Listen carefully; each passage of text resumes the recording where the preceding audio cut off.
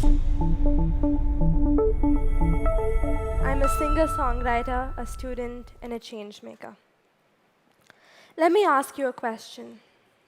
Have you ever been in a room of 20 to 25 children, all between the ages of 2 and 5, all either on the floor staring vacantly at a door or tightly clutching onto an old toy? This is an orphanage in India that I'm talking about. And those children were waiting for their caretaker to come and feed them. In the meanwhile, they held on to my hand and they showed me their toys. When it was time for me to leave, they let go of my hand and they walked away in total detachment as if I did not exist for them. This was my first experience at the age of 7, seeing so many children, all without a family, without parents, all hungry for love. It was very sad. I knew that no one would celebrate them like my parents do for me. No one would care for them if they felt sad or lonely. And no one would try to make them feel happy. In this moment, I knew that I had to do something to improve their lives. This is why me and many of my friends from all over the world joined hands to raise the necessary funds to support these children, to support their education and their upkeep. This project took us 4 years to complete. We came together and we were able to sponsor 100 children for a lifetime.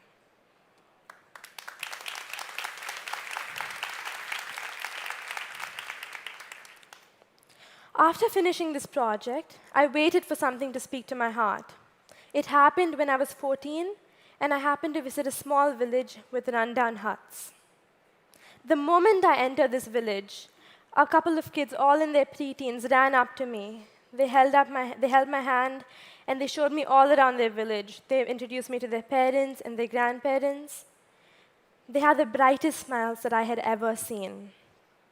When it was time for me to leave, they waved and they cheered until we could see each other no more. When I was 7 years old, I wanted to help those children have a life where they would not have to struggle for basic needs and they could live with dignity. I could only see that far. Now that I was much older, I was able to see a lot more. When I saw the sheer joy of these children at the village, I was filled with a passion to do something to help them.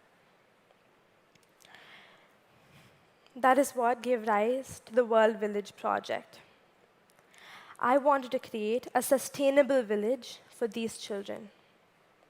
The more I began to think about my vision, the more questions came up to me.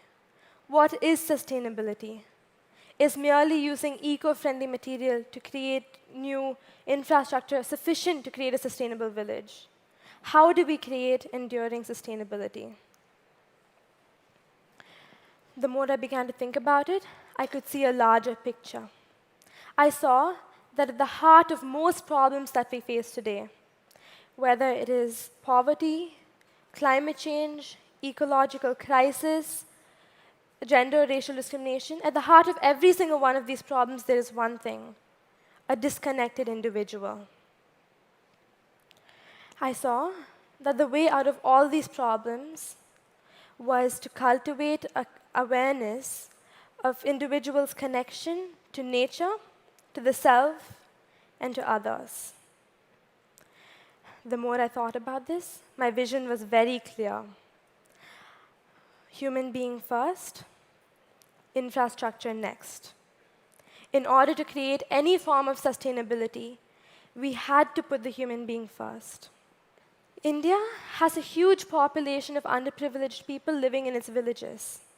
My goal was to work with 5 of these such villages to start with and then expand to many more. What I had to do was I had to come up with a way to form pure sustainability. This is what gave rise to the World Village Project. I started off my work in these villages with the children first.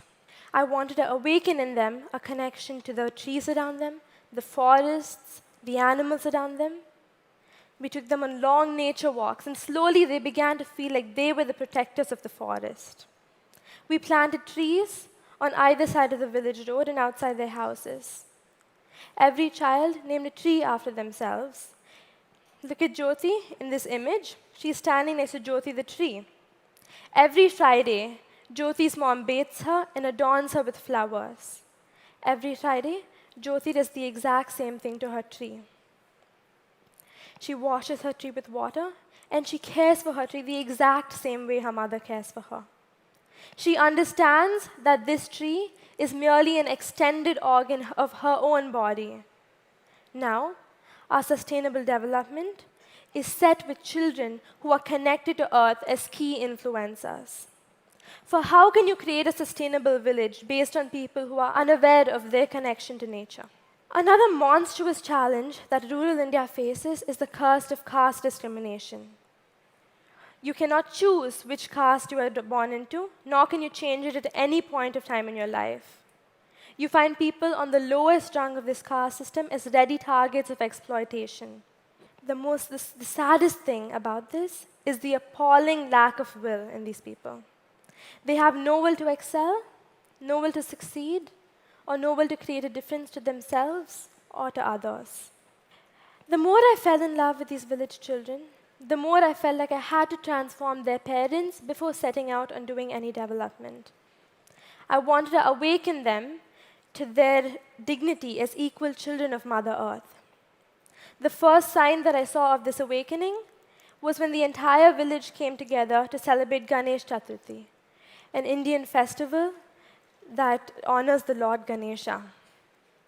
These villages had forever been mute to this festival that had been mute witnesses to this festival that had been celebrated by the upper caste of the neighboring villages. This awakening was very important. Now they have a voice. They know what they want, and they can express it. These people of the village are able to connect to themselves much, much more, and regular meditation has played a large part in this awakening.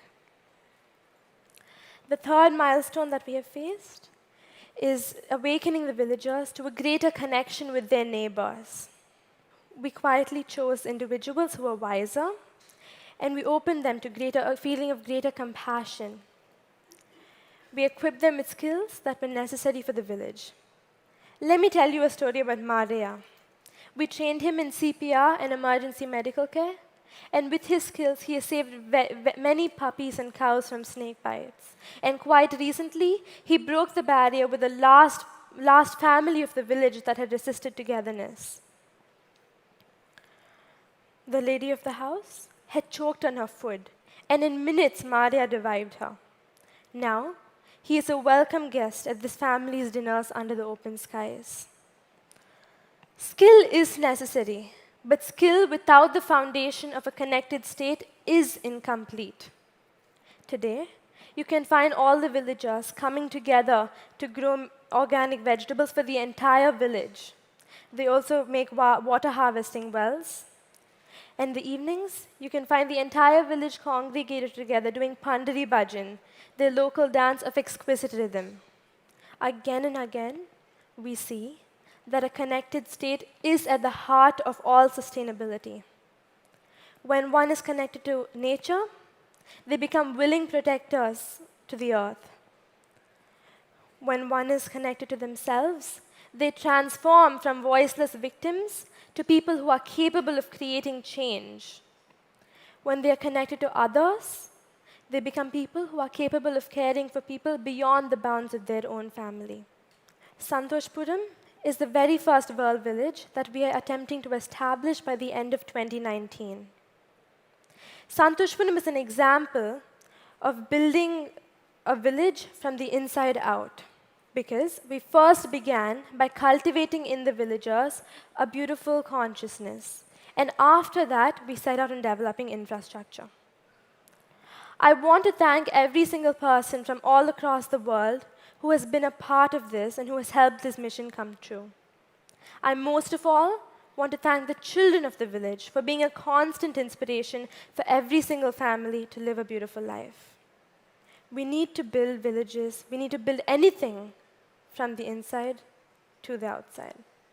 Because a beautiful state, a connected state, is at the heart of all sustainability. This is why I invite every single person who is involved in any kind of developmental work to try out this model. I want you to try to cultivate a beautiful consciousness, a connected consciousness within people, and then work on any kind of infrastructure. For how is it possible to create anything beautiful without curing the disease of a disconnected consciousness? Thank you.